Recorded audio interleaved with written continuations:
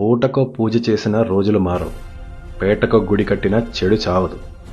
ధర్మం దీపం పెట్టే లోపల అధర్మం ఒంటికాల మీద తపస్సే చేస్తోంది. విజయం ప్రయత్నాన్ని వరిస్తుంది. అది మంచికైనా చెడుకైనా ఏది బలంగా ఉంటే అది గెలుస్తుంది. రాముడిలో రాయి సిరితే రావణుడు చావలా, రక్తపు మడుగులో రాత్రింపగళ్ళ రణంలో పోయాడు. రెండో చెంప చూపితేనో తెల్ల రుమా లూపితేనో స్వాతంత్రం రాలేదు. గెలుపు అంత తేలిక? మేలుకో, కృష్ణుడే సారథై ఉన్న శత్రుపక్షమే పెద్దది.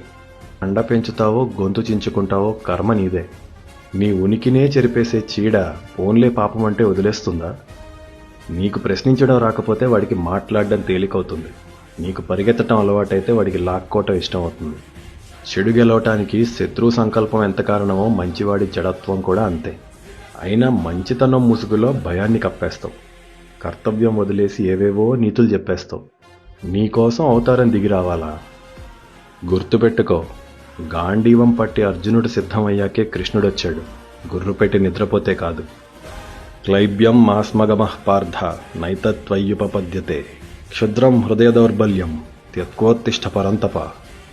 ఎలాంటి శత్రువునైనా ఓడించగల పరంతప లే. ఈ నపుంసకత్వం నీకు నప్పలేదు. హృదయ దౌర్బల్యాన్ని వదిలే పార్థ, అది నీ నైజం కాదు.